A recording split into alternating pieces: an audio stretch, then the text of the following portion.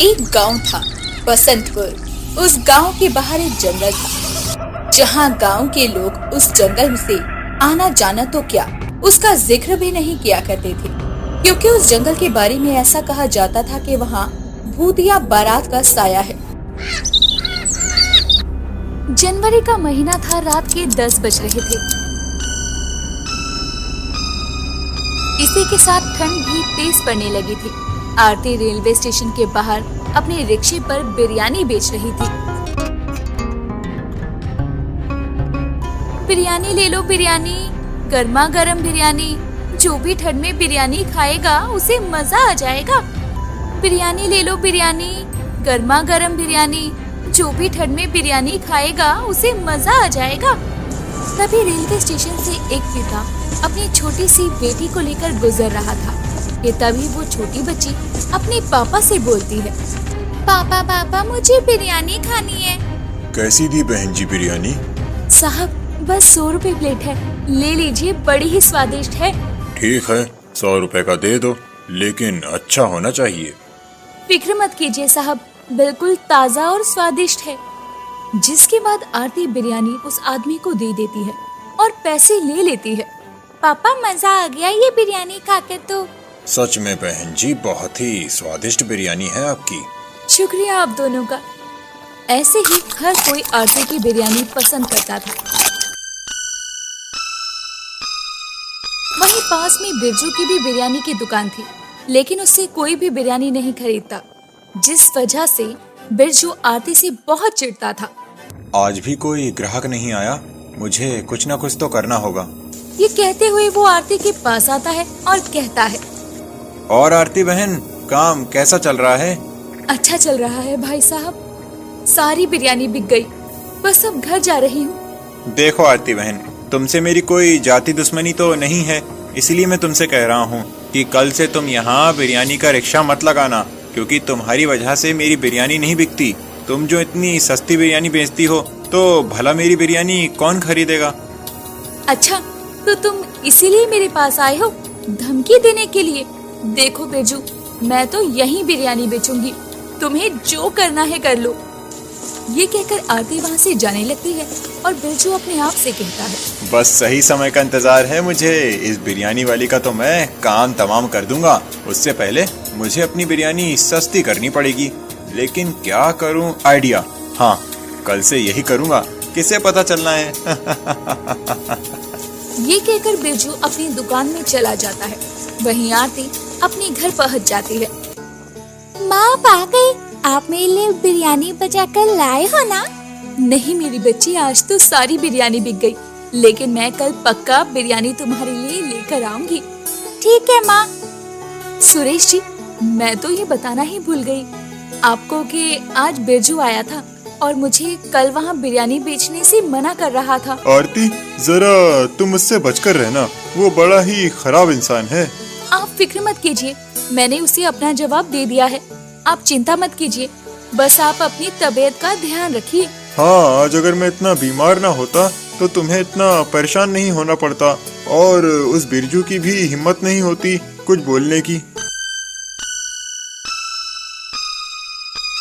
ठीक है सब, आप बस अपना ध्यान रखिए। ठीक है बहू, तू थक गई होगी, चल अब जल्दी से हाथ मुंह धो ले, मैं सबके लिए खाना परोसती हूँ। जी माँ जी। जिसके बाद पूरा परिवार मिलजुल कर खाना खाता है और फिर सो जाते हैं। अगली सुबह फिर से आरती बिरयानी का रिक्शा लेकर रेलवे स्टेशन जाती है, लेकिन वो बिरजू के पास ग्राहक देखकर हैरान रह जाती है।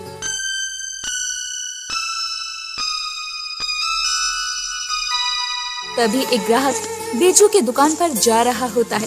तभी आरती उससे पूछती है, सुनिए, आज आप सब लोग वहाँ क्यों जा रहे हैं? अब लोग आपसे बिरयानी नहीं खरीदेंगे बहन जी, क्योंकि आपकी बिरयानी बहुत ज्यादा महंगी है, पूरे 100 रुपए प्लेट, और वहीं बिरजू भाई 60 रुपए में भर पेट बिरयानी खिला रहे हैं, वो भी बेहतरीन स्वाद के साथ। तो भला हम सभी आपसे क्यों बिरयानी खरीदें? चलो मैं भी चलता हूँ। इसके बाद ऐसे ही दिन से रात होती है, लेकिन आरती की एक भी प्लेट बिरयानी नहीं बिकती। वो निराश होकर घर लौट जाती है। आ गई बहू।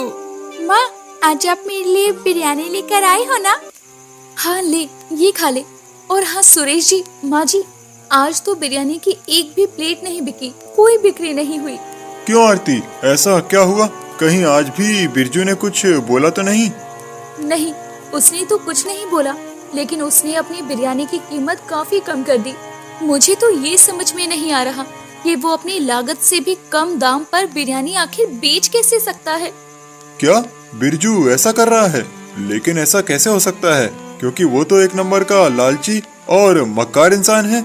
इसमें कुछ गड़बड़ है। हाँ, मुझे भी ऐसा ही लग रहा है, लेकिन क्या गड़बड़ है ये समझ नहीं आ रहा। बहू तू चिंता मत कर, भगवान का नाम लेकर कल फिर से जाना, ऊपर वाला सब ठीक करेगा। ठीक है माँ जी। अगली सुबह आरती फिर से बिरयानी बेचने जाती है। सुबह से शाम हो जाती है, लेकिन उसकी बिरयानी कोई भी नहीं खाता।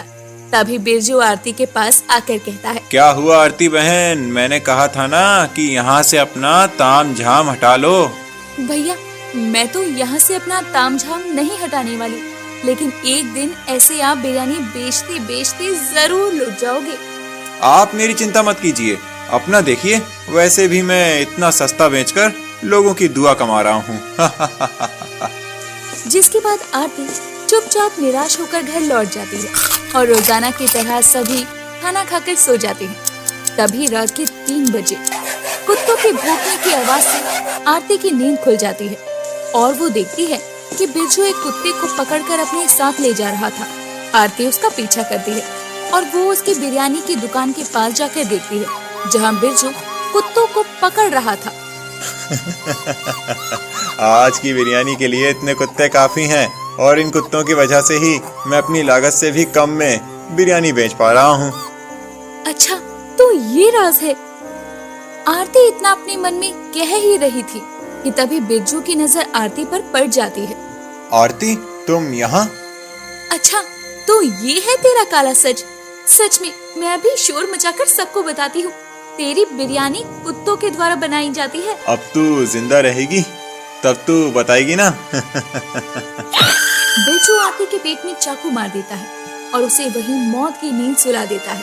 साथ ही उसकी लाश से भी बिरयानी बना देता है। लेकिन कहानी अभी यहीं खत्म नहीं हुई थी। कुछ समय बाद एक तीव्र रोशनी के साथ आरती फिर से चुड़ैल के रूप में वापस आती है और कहती है, हे प्रभु, ये क्या हो गया मेरे साथ? अब मेरा घर कैसे चलेगा? मैं तो एक चुड़ैल बन गई। खैर, मेरे साथ जो हुआ सो हुआ, लेकिन बिरजू को मैं छोड़ूंगी नहीं। उससे पहले मुझे सुरेश जी के स्वास्थ्य को भी सही करना होगा। चुड़ैल अपनी शक्तियों के द्वारा घर पहुंच जाती है और अपने पति को जादू से सही कर देती है और फिर इंसानी रूप में आकर वो सो जाती है। वहीं सुबह होते ही सुरेश कहता है, माँ आरती, मैं सही हो गया हूँ। अब से मैं भी तुम्हारे साथ बिरयानी बेचने चलूंगा। जिसके बाद सुरेश और आरती बिरयानी बेचने के लिए फिर से उसी जगह जाते हैं, लेकिन आज भी बिरजू की दुकान पर भीड़ होती है। वाह, क्या स्वाद है आपकी बिरयानी में, मजा ही आ गया। हाँ सच में, मैंने आज तक ऐसी बिरयानी नहीं खाई अपनी जिंदगी में। खाओगे भी कैसे, ये तो मेरा सीक्रेट मटन बिरयानी है। खाओ खाओ, मजे से खाओ। आरती को बिरजू जैसे ही दिखाई पड़ता है, वो चुड़ैल रूप में आकर बिरजू की दुकान में चली जाती है और उसका गला पकड़ लेती है। चुड़ैल को देखकर सारे ग्राहक भागने लगते हैं। तभी चुड़ैल बोलती है, भागिए नहीं, मैं आरती हूँ। क्या तुम मेरी आरती हो? पर हाँ, मैं आरती हूँ, और जो आप लोग ये बिरयानी खा रहे हैं वो मेरी लाश और कुत्तों को मारकर बनाई गई है।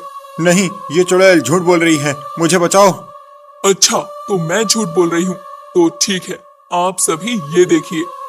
जिसके बाद चुड़ैल अपनी शक्तियों द्वारा वह सारे दृश्य सभी को दिखाती है।